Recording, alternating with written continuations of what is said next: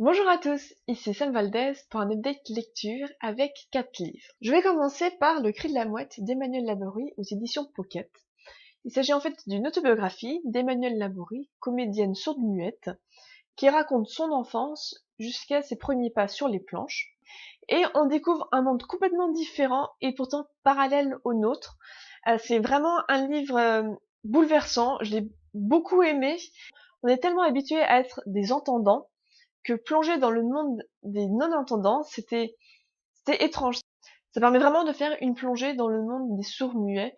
Le deuxième livre, c'est La protégée de l'apothicaire de Stéphanie Tétrault aux éditions France Loisirs. C'est un livre que j'ai beaucoup aimé, qui en fait se passe en 3 parties, et on a presque l'impression en fait c'est 3 tomes différents qui ont été fusionnés en un seul livre. Alors ça se passe en France, en 1684, et on va suivre en fait une jeune fille Mérance, elle est polythéiste, et elle veut devenir, comme sa mère défunte, une guérisseuse par les plantes à une époque où la médecine se développe et où les remèdes de bonne femme passent à la trappe. Après, moi, j'ai vraiment aimé le livre. Bon, oui, c'est vrai qu'il y a la partie polythéiste qui est quand même assez présente dans le premier tome, mais ça va, c'est vraiment pas ça la base de l'intrigue.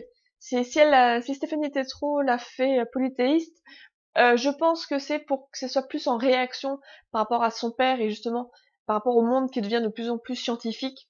Le livre suivant, c'est Les Chroniques de Meriton d'Elizabeth Aston aux éditions My Lady. C'est un autre regard sur l'histoire d'Orgueil et Préjugés.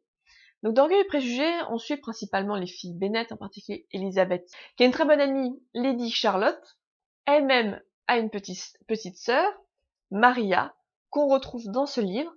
C'est un livre épistolaire, mais on voit également le journal intime de Maria. L'histoire se passe vraiment en parallèle d'Orgueil et Préjugés. C'était amusant de redécouvrir Orgueil et Préjugés d'un autre point de vue. Bon, bien sûr, quand on connaît, parfois il y a des scènes qui sont un peu énervantes parce que justement Elizabeth Aston va faire en sorte que son héroïne croit l'inverse ou n'y croit pas, ou alors elle se fait pas avoir. Du coup, c'est toujours perturbant parce qu'on connaît l'histoire, on s'est fait avoir par la plume de Jane Austen.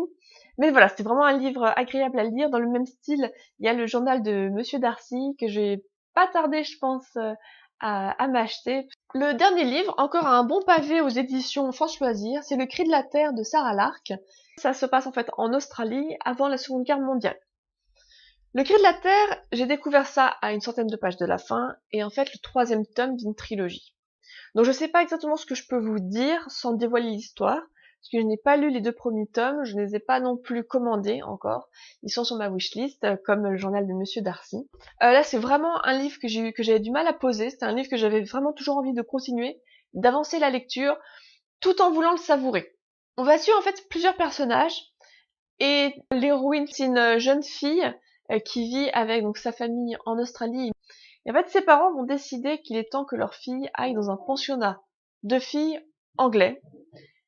Et c'est là que le calvaire de la petite va commencer, parce que dès le premier jour, même dès la première heure, elle va devenir le bouc émissaire de toutes les filles du pensionnat, et ce, pendant plusieurs années.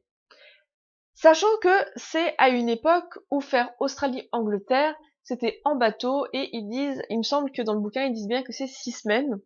Donc voilà, donc en fait, donc du coup l'histoire va tourner autour d'elle et autour de la Seconde Guerre mondiale qui va pas tarder à éclater. On suit pas mal de personnages.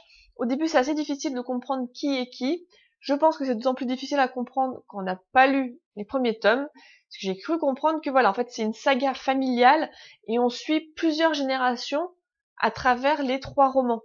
Et donc forcément, vu qu'ils ont dû mettre en place les informations et les personnages bien avant, progressivement, et du coup, bah moi j'étais un peu perdue.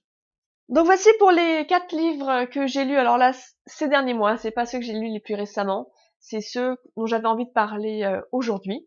Je vous souhaite de bonnes lectures et je vous dis à bientôt.